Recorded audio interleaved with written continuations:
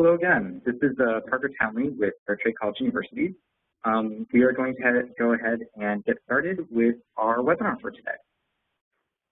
To start, I will provide a bit of perspective in regards to the question, why work with dining services? Then Christy Tyson, the Senior Manager of Sustainability and Wellness, will cover National Sodexo Fair Trade Initiatives. She will also provide insight on how to work with Sodexo on campus. We will then hear from some case studies, starting with Drew Neiman, General Manager at Franklin and Marshall College, as well as Ben Thomas, the Sustainability Manager for Dining Services at UC Davis. Finally, at the end, we'll close with some time for questions to be asked of our speakers. And can I ask one more time, if you have not already muted yourself, please just go to the top of your page and you can click Mute Me. It should be red at the top. That way we can make sure that we have the best audio recording possible for our recording. Thank you. Am I muted, Parker? You are not. Ah. Thanks, Ben. All right, and now I think we're good to go. So to get started, let's take a step back and ask ourselves, why work with dining services? Why highlight efforts with this specific group? Why are we having this webinar? Well, there are a number of reasons, but two in particular stand out. First, 2 of the 5 goals to earning recognition as a fair trade college or university are directly tied to sourcing fair trade products on campus. And dining services is the actor on campus that can make that happen. These 2 goals on this current slide, they state Goal 2, so that this is the second of the 5 goals, is to make fair trade products available on campus, which means that you have to have a minimum of 2 fair trade products available in each and every campus-owned or operated venue, as well as in service contracts where possible. The other goal that I mentioned is Goal 3, use fair trade products in university offices, meetings, and events. This often involves catering services on campus. Secondly, dining services can be great and influential partners in spreading the word and educating about fair trade. You can multiply the impact of your outreach efforts by working with dining services to ensure clear and consistent signage, highlighting fair trade options, and by partnering to host educational events like bake-offs and taste testings. Overall, it's important to remember that we as a movement strive to engage with the entire on-campus community, which in turn means reaching out and partnering with students, staff, faculty, administration, and food service. So let's make the most of these great opportunities. And from here, I will hand things off to Christy Tyson, to provide an overview of Sodexo's National Sustainability Initiative. Great. Thanks, Parker. Can you hear me okay? Yep. Okay, excellent. Well, hello, everybody, and thanks so much for coordinating this call with us today and having us here today. Like Parker said, I work for Sodexo at a national role to help our partners and students like you to increase sustainability initiatives. So I'm really excited to be here today. Real quick, if you could go back just one slide really fast, Parker. I wanted to make sure to highlight that our fair trade initiatives and commitments are part of a bigger picture for us. Sustainability and being responsible, contributing members of our communities is really part of our DNA and who we are as a company. And we formalized that a few years back in 2009 with our Better Tomorrow plan, which has these 4 areas you see on your screen right now: community, health, planet, and people. And that's how fair trade falls into this Better Tomorrow plan for us. That is a global plan, which is one of the things that I think makes it so powerful. Is we're not just saying we're going to do it at one campus or even at all the campuses across the United States, but we're saying at all of our partner sites, these are the commitments around sustainability, such as fair trade, that are really important to us that we're committed to achieving. So I wanted to give you a quick sneak peek at what a couple of these commitments look like. So I said there were 4 big areas. The first is we're committed to being a great employer, which means taking care of our people, making sure they have professional development opportunities, diversity and inclusion, human rights, health and safety. And I'm going to go really fast through some of these because I want to make sure that we have lots of time for the part that's specific to fair trade, but I also wanted to show you the bigger picture look. So the second big area for us is nutrition, health, and wellness. And with that, we have specific commitments around having health and wellness solutions, varied and balanced food options, reduced sugar, salts, and fats. And on all these screens, if you're on the webinar, you see some great examples of how that's come to life and how we're measuring our progress in these areas. The third area is environment, of course, which most people typically think of when they think of sustainability. And these are our commitments to reduce energy usage, conserve water, reduce and manage waste, and use sustainable supplies. And then last, but certainly not least, is our commitment to local communities. And this is where fair trade is included. And you can see here a few more examples of other things that we're committed to around local communities, such as a fight against hunger and malnutrition. We really believe strongly in stopping hunger and play a big part of that, local community development, and as I mentioned, those fair trade certified products. So diving more into the fair trade program, one of the ways that we promote and offer fair trade products at Sodexo is with our Espresso program. And Espresso offers ethically sourced coffees and teas that also have a lot of other sustainable attributes. All of the beans are fair trade and Rainforest Alliance certified, and all of the teas are 100% organic, many of which are certified by Transfair USA, and even the packaging with this program is sustainable with 100% recycled paper and vegetable-based soy inks. All the paper is non-bleached. All the staging materials and supplies are 100% recycled aluminum. And so really the team that's been working on this and creating this has thought of every little detail to make sure that it's all buttoned up from both that fair trade perspective and also the environmental sustainability perspective. And this has been a really great program for us that has gone out on a number of different college and university programs to bring them fair trade beverages to their campus.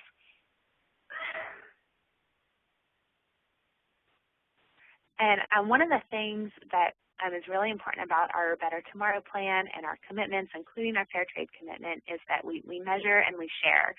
So we don't keep it a secret. We want people to know what our commitments are around these different areas, and we want to make sure that we're measuring along the way and sharing our progress, and sharing that progress with students like you all, the public in general, and our teams too. Having that sort of transparency and accurate reporting is really important to us. So a couple of examples of some key facts and figures. In 2013, we know that we use over 1 million pounds of fair trade coffee in North America, and we also know that 50% of the tea that we sold in North America was certified fair trade or Rainforest Alliance. And finally, I wanted to give you a few quick tips on how to work with Sodexo in general on your campus, and then I know that Drew and Ben are going to dive into more details on that. But a few tips overall, I would say first, like Parker was saying, we really want to be a part of this and can have a great role in supporting you and working together. So first, I would suggest that you meet with your dining manager. If you haven't yet, find out who that general manager is for Sodexo on your campus, because we do want to support you and work together with you on this. I would then recommend that you talk about goals. Let them know what you're trying to do. Hear from them about what's available now on campus that you may not even be aware of, some different products that they have. And then think through and discuss together openly, other opportunities to engage and educate both the team. Maybe you could help making sure that the baristas know, for example, what some of the fair trade products are so that they can talk about those to students and other members of the community. And are there other ways to engage and educate the bigger campus community? And just having that discussion with your Sodexo manager on campus where you can both sit down together and talk through it is really important. And then finally, once you've met each other and you've talked about your goals, you know what's available now, just working on that plan together and making sure that it's something that we are doing in partnership and agreeing on some different next steps, and so that we're all moving forward together towards those ultimate goals of increasing the fair trade products and raising awareness too, so that people know that they're available and where they can find them on campus. So with that, I'm going to pass the ball over to Drew and then Ben so they can share more with you about how our commitments really come to life on their campuses and give you some great ideas and tips on how they've made it work successfully. Well, first of all, thank you for having me. Once again, my name is Drew Neiman. What I'm going to be speaking to is my time at Cabrini College. I've since moved on to a different location, but for the sake of this discussion, it's when I was at Cabrini College. For us at Cabrini College, really, the work towards fair trade really began for us in 2007, which, if you look back 7 years ago, you know, as a society, we really weren't as far along in understanding what fair trade is like we are today. So for us, a real big part of it was built around education.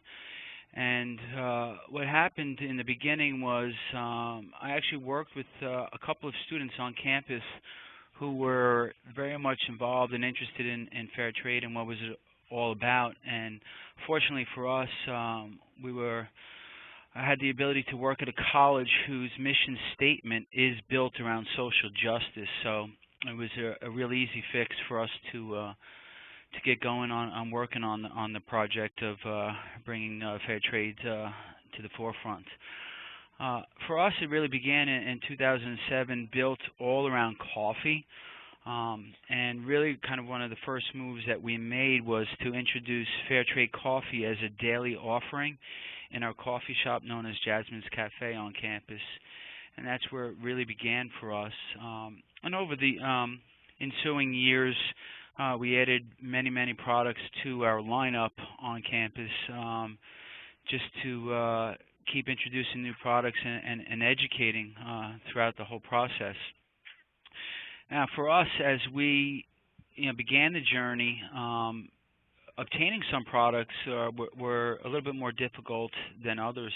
For example, coffee is the most well-known fair trade product, probably that and chocolate. But early on, in the early years, it was hard for us to source things such as sugar or quinoa and things of that nature. And we kind of ran into some hiccups along the way. Another product that would only be available very sporadically was bananas, but now these days you can find that they're pretty readily available. What we did is we helped to educate by having events that we partner with the student groups on campus to pull off. So some of the events that we did was we sponsored a fair trade volleyball tournament that the campus had each year. During the month of October, which is known as Fair Trade Month, we ran a variety of different specials throughout the campus to help educate the folks on campus. So we would have things such as fair trade jasmine rice pudding, or fair trade honey chipotle chicken, fair trade apple cider, fondue bars, things like that. That we would do as we went through the process of trying to create awareness around what fair trade was and get people on board and seeing the significance of it and buying into it, for lack of a better word.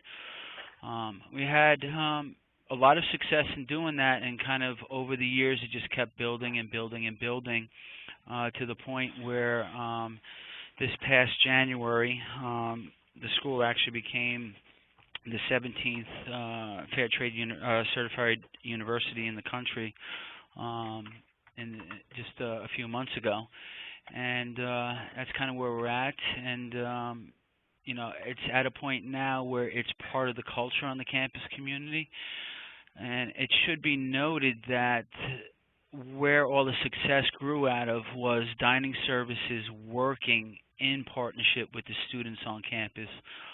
Without that element, the school as a whole would not have been able to obtain the status it currently has to that.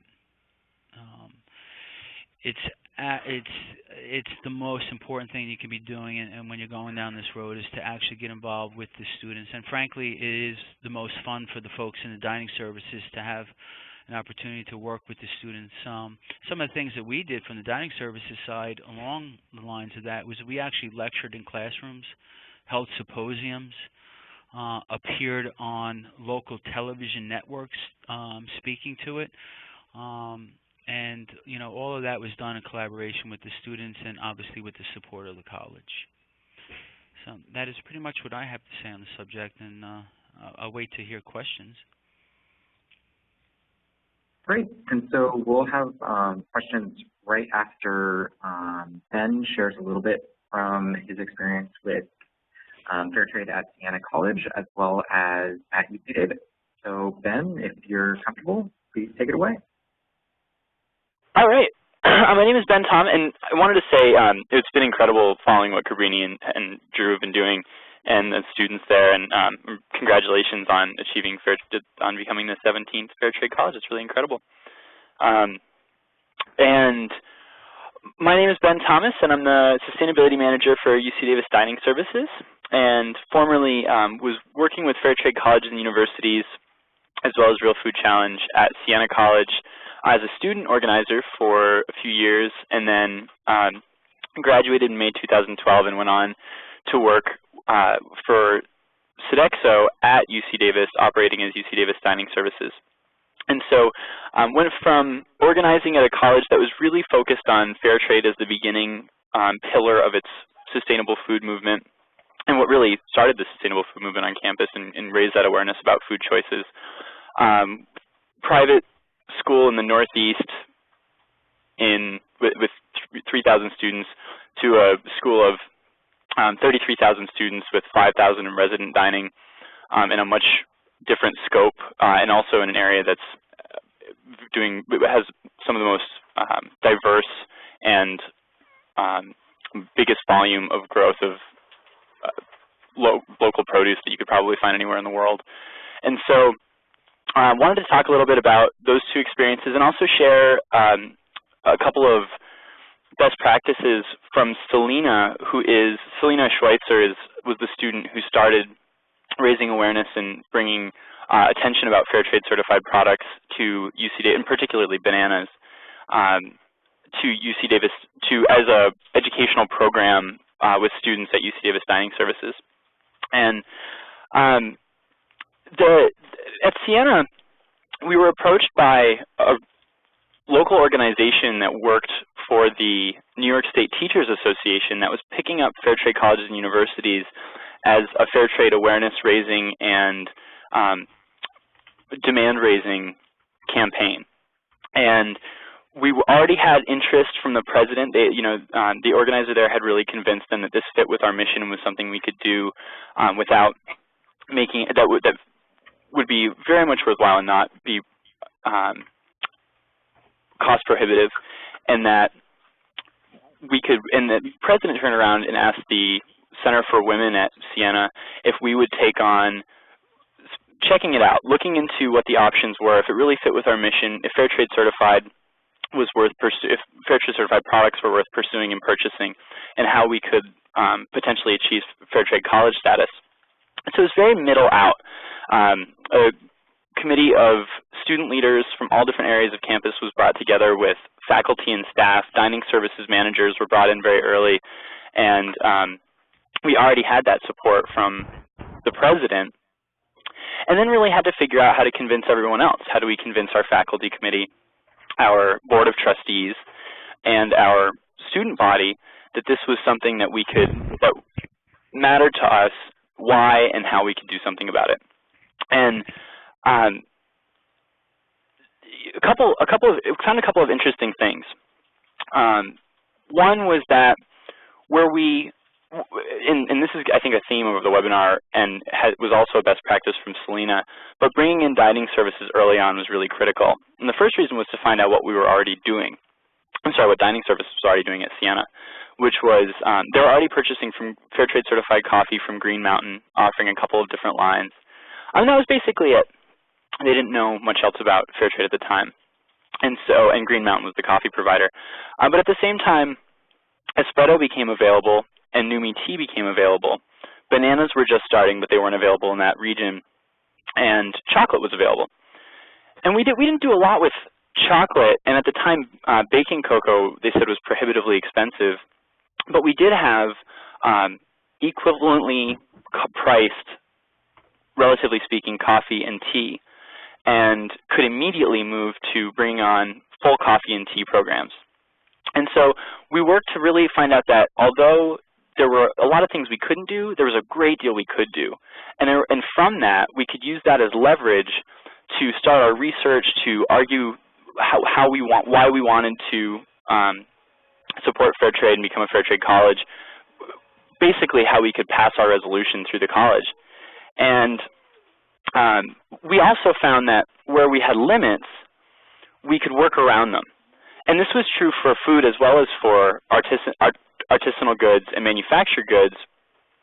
Although we couldn't get all of dining services to start offering all fair trade chocolate products and the bookstore to offer all fair trade chocolate products, we could host an array of RA programs around fair trade certified chocolate, and everybody loved it. And we were hosting through the center at one point 2 or 3 a week. We would host them all the time. They were really popular in all different organizations across campus, and especially with the RAs. And then with wine, we found that while we couldn't get bananas, which we really wanted to we were aware of what was going on in the banana industry and really wanted to promote bananas, we did have wine. And we found out that in Albany, New York, there were 3 local distributors that carried fair trade wine. And so, and our dining services GM, who was involved with, who we knew because he was involved with our fair trade movement, loved putting on fair trade tastings. And he knew all of, he was, just shy of being a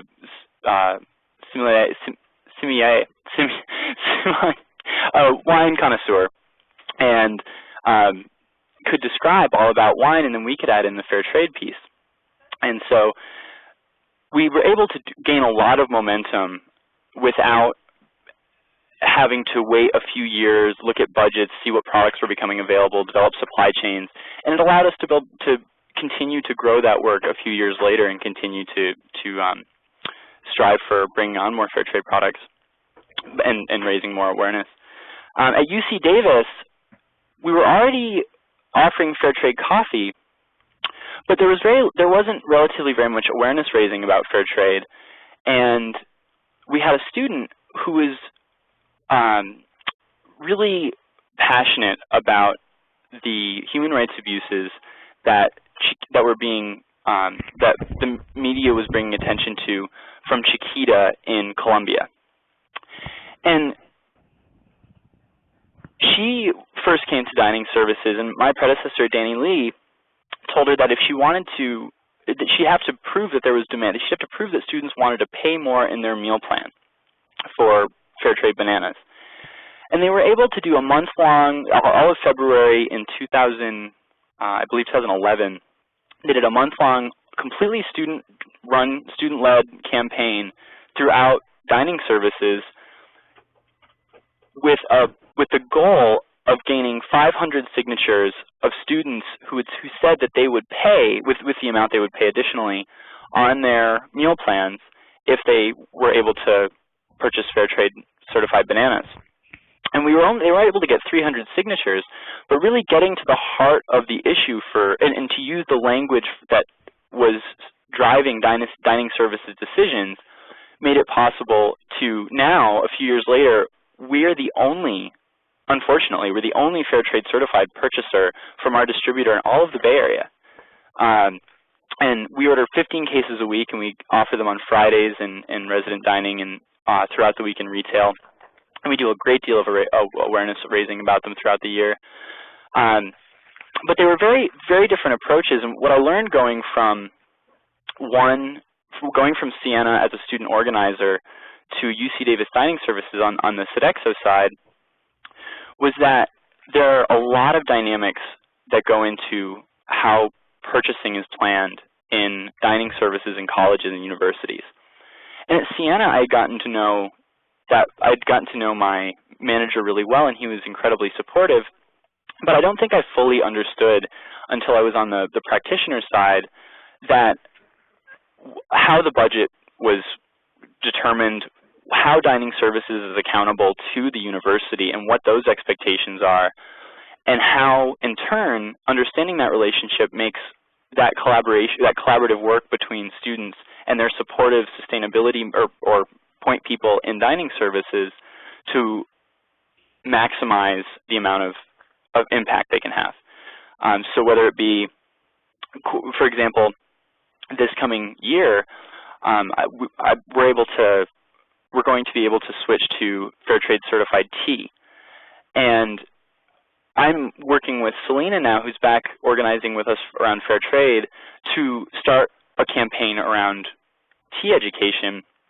And because she came back to me and opened up this question again of becoming a Fair Trade college, and we went and looked and picked back through what our options were and what our low-hanging fruit were, we were able to realize that we could afford tea now and that we would be able to bring tea in with really no change in cost. So that communication and collaboration was really, really important in getting to know. And then Selena, a couple of her other best practices she wanted me to mention to you were when raising awareness with students, it was really positive for her to have dining service, even if she didn't have dining services decision to move forward with increased purchasing yet, she had their support in her work and encouragement, and she surrounded herself with students who were very passionate. And she said that sticking to that mission, making sure everyone was focused on that mission, on why we're promoting fair trade standards, and then focusing on that and letting all of the challenges of being an organizer, particularly with some people who just aren't going to care, students or people who just aren't going to care about what you're raising awareness about, to be able to push through and in turn best relate why, in the case of the Colombian Chiquita human rights abuses, why that matters to you and why we want to do something different about it. And it was a very successful campaign. And I think that is it from me. Thank you so much. Looking forward to questions. Great. Thank you, Ben. And so as Ben said, we're going to move into a question. Christy, any of the three of you guys, how do I know what kind of fair trade products we have access to on a given campus?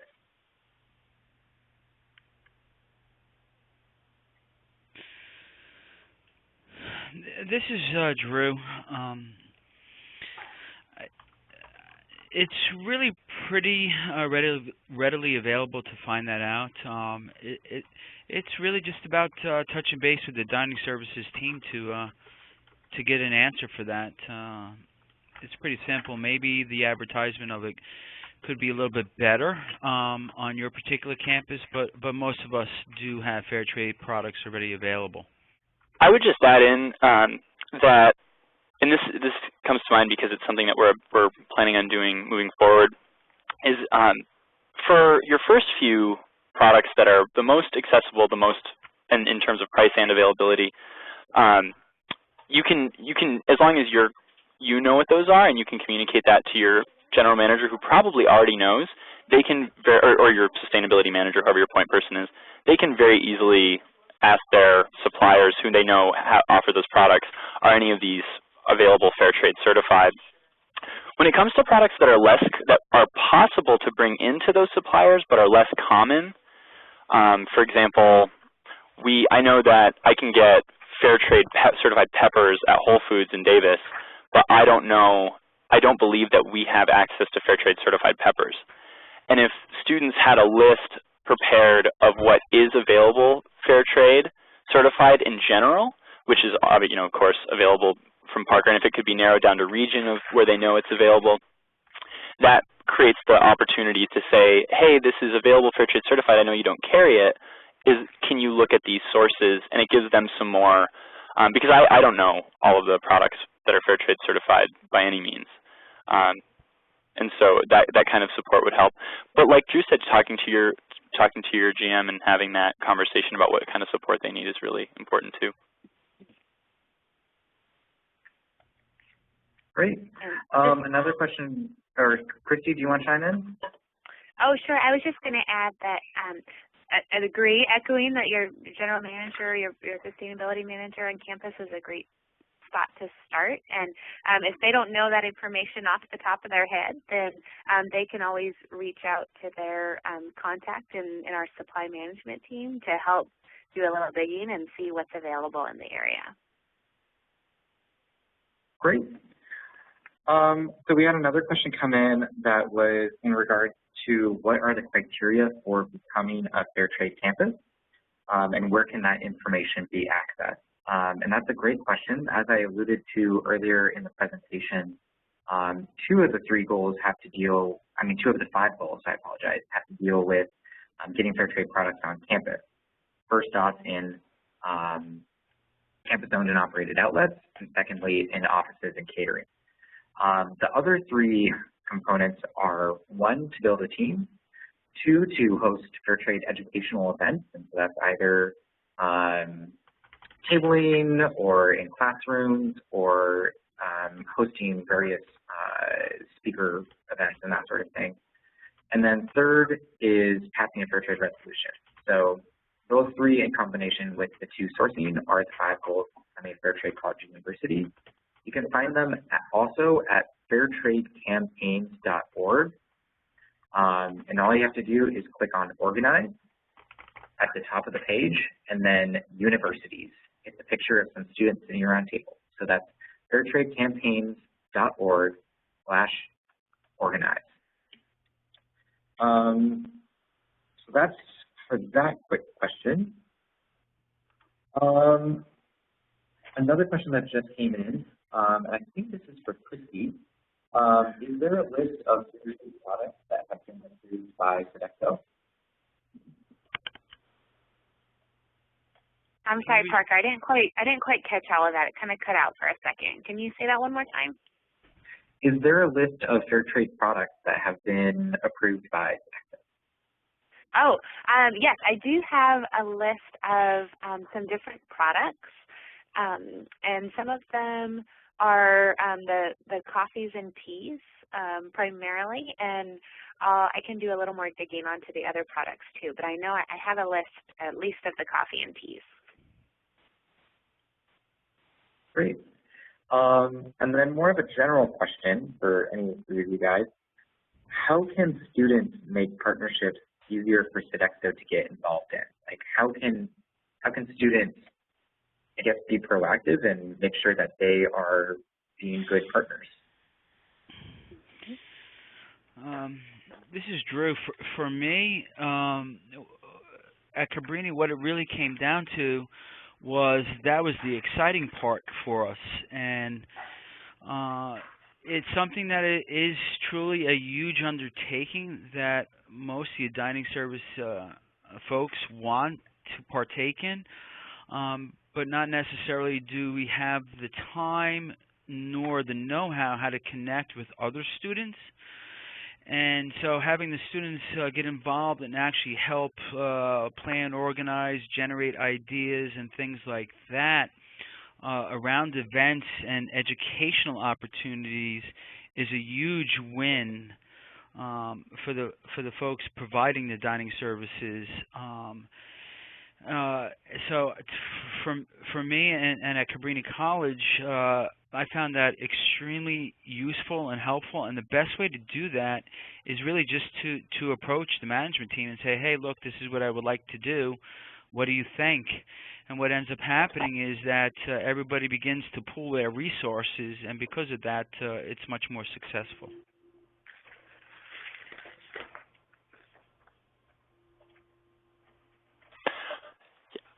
I echo what Drew said, and I would add that being, and not really add, I guess, but echo that being self-starting is really important.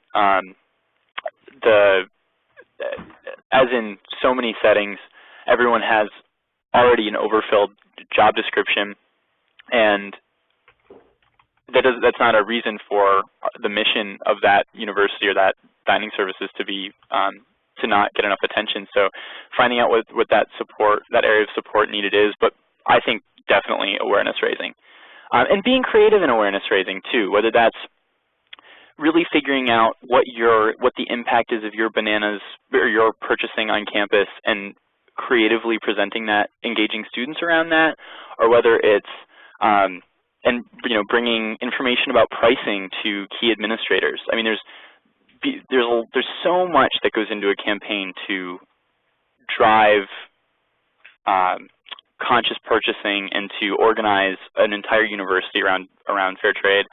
And I think constantly asking and trying to be creative and finding best practices, but also trying to, each university and college is different, and really trying to gear what you think is the best to do next based on what's easiest and what your dining services needs to be successful in whatever you're trying to encourage them to do. Take initiative. Great. Thank you, Ben. So another question we had just come in, actually 3 different variations of the same question. What fair trade products do best in dining hall? And this is besides espresso and bananas. And so like maybe what are like the 4 or 5 best types of fair trade products to bring on campus? Well, I'll go first. This is Drew again. Where we had a lot of success at Cabrini College as far as other products other than the coffee and teas was 1 was sugar, 2 was honey, 3 was actually black pepper, and I guess 4/5 would be the grains and the rices. We used a lot of quinoa, farro, jasmine rice, things of that nature where students are going to eat rice for dinner anyway. Might as well just make it become fair trade in building the menu. I would say that those were probably the most significant quote-unquote staple items that we used outside the coffee, tea, and chocolate.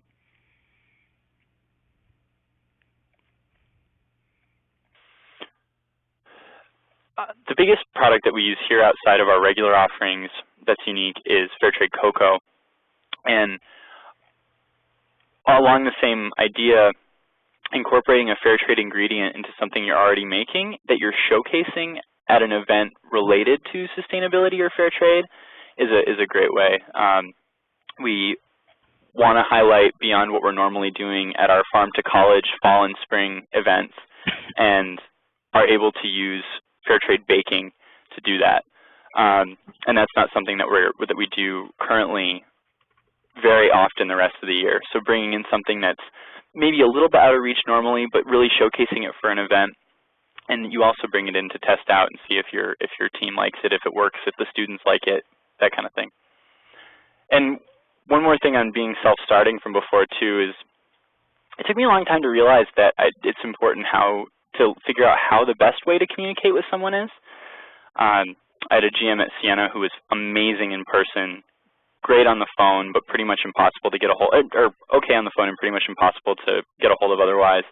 I personally am really bad with email, but really like text. I'm good in person too. So everyone has, and some people are really great with email, so it just depends.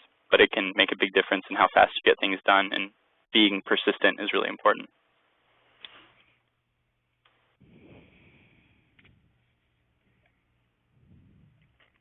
Great. And so just to kind of get back, we had another question that was specific to one type of, like one company's product. The question was, we started with Green Mountain Coffee, and it was originally fair trade. Now a lot of what we buy is not. How can we change this to go back and hold our fair trade status? And I'll chime in a little bit just to give a little bit of perspective of how a lot of certification works for various companies, and then let Drew, Ben, and Christy chime in as well. Groups like Green Mountain Coffee and a lot of companies that sell fair trade products, they'll have a number of different individual products that are fair trade certified, and depending on where they're sourcing those products from and the types of flavors that they're looking for, the actual product that is certified, like the given blend, can change whether or not it's 100% certified or not. And that's 100% certified is the only thing that will actually contain a fair trade label. So essentially it means that you need to do a little bit of research every year or two to make sure that what you're buying does have the fair trade label on it. There should be plenty of options through companies like Green Mountain for you to choose from. So would anyone else like to add in that explanation? I would just add in with Parker explaining that it varies also based on season, based on the bean itself, basically.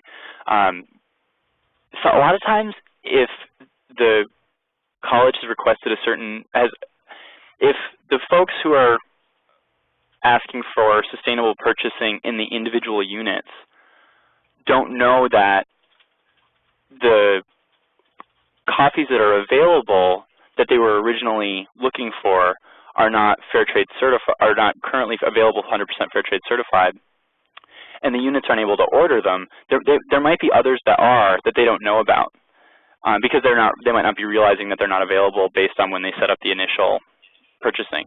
So sometimes it might just take adjusting to say, oh, well, this blend's not available, but maybe these couple blends are, and to switch over.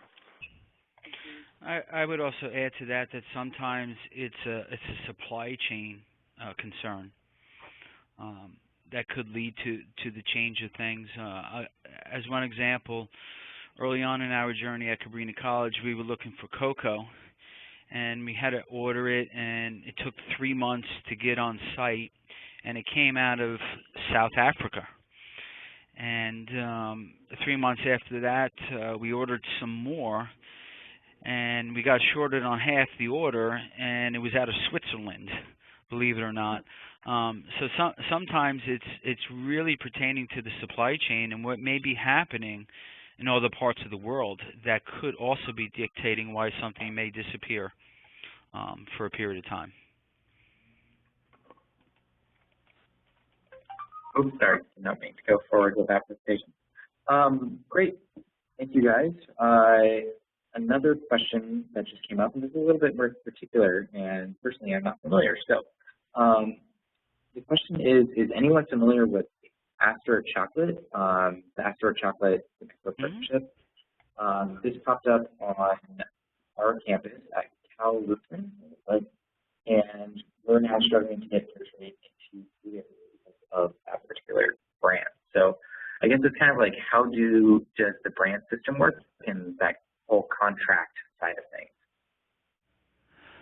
The question is, they have Astor Chocolate, and they're wondering if that's fair trade, or I'm sorry, Parker, for whatever reason, I'm having a hard time with it cutting out every now and then. Oh, sure, no problem. I think the question is, one, is Astor Chocolate, for example, fair trade? And if it's not, then how can you get like a fair trade chocolate sold alongside like a chocolate that's already present on campus? Are there any contractual like obligations that make that difficult, or how do you go through that? Let's see. I think for Astor Chocolate, I don't believe that they are fair trade certified, as far as I know. And let's see. Oh, I just saw another note in the chat board here.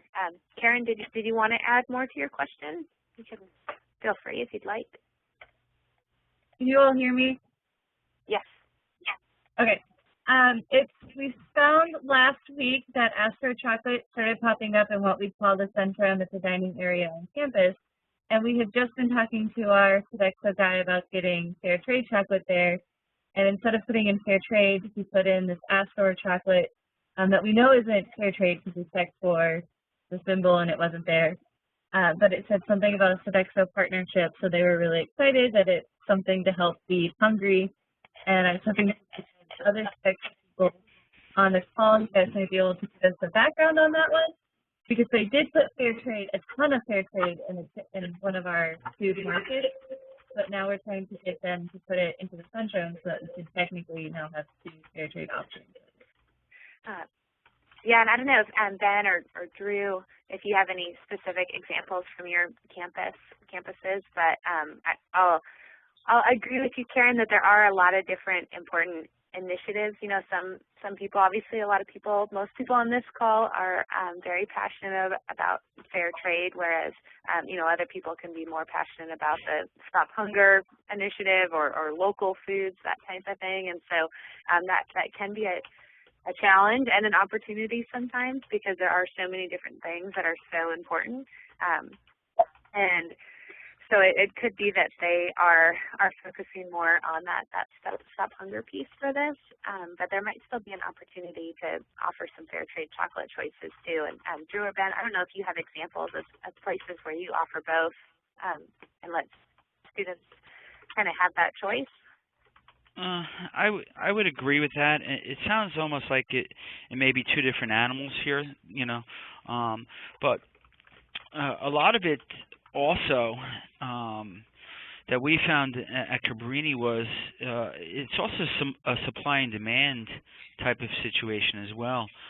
I would encourage to try to go back and maybe there was a disconnect, or maybe it's something that you could certainly add the fair trade chocolate alongside the Astor chocolate. I don't understand all the circumstances, so I can't speak to that. However, it's got to be something that is going to be successful in moving the product in order to continue the practice of doing just that. And sometimes, you know, frankly, even in the fair trade world, we had a lot of success at Cabrini College. There were some items that weren't very successful for us that we kind of pulled out of the queue because they just weren't moving. One of those things was chocolate in the bookstore. It just simply wasn't moving in the bookstore, so they actually removed it from the queue on campus. So I think there may be that kind of a dynamic that's happening as well, but the only way to find that out is to speak to the folks at Dining Services and work through some trial and error to see what is successful and what may not be. And I think that when you offer to take the extra, because, you know, we offer Alter Eco chocolate in the 3 convenience stores that we operate in each of the residence areas at UC Davis, and we offer chocolate, the XOXO chocolate one, and then there are a couple conventionals, and then we offer the Alter Eco, and the Alter Eco and the chocolate, which are fair trade certified and have sustainability or other corporate responsibility related messages, are front-facing, customer-facing products. So that's what students see first. With that said, though, there's a couple different ways you can go about it, and one is to try to change contract language or procurement expectations so that there is an expectation that regardless of how well the product sells, the C-store will still carry it, which isn't in our contract language, but is our culture here, that it's expected that we will offer fair trade chocolate. But I think the more convincing, and that's a very good institutionally anchored way, but the more convincing and potentially effective way, I think I would love if either I had the time, but even more so if my students, or if students who are interested had the time to say, can we demo Alter Eco chocolate in the C-stores this week? Can we come in, give out some fair trade certified swag, talk to people about the different options, and even though it's a little more expensive, where that money is going? And can we also put together these resources that we grabbed from Alter Eco to show the difference between the prices in the 2, and try to encourage people at point of sale to buy the Alter Eco chocolate? And I think if you can actually get demand where you can get a lot of students who are either asking for that fair trade chocolate or who are really into it when you're there demanding it, or when you're there raising awareness in the area that you're trying to sell it, I think that you'll have a much more supportive approach from the manager of that store or your dining services, whoever you're working with. Great. Thank you, Ben. And thank you, Drew, and thank you, Christy. I think with that, we are now at 3 o'clock on the dot. There are a number of other questions that were asked, and if anyone would like to make sure that they get those answered, please just send them to me and I will forward them on to the right person. All you have to do is send me an email at ptownley@fairtradeusa.org. Again, that's ptownley, TOWNLEY @fairtradeusa.org. And with that, I think we should just all thank the presenters and look in your email box for a recording.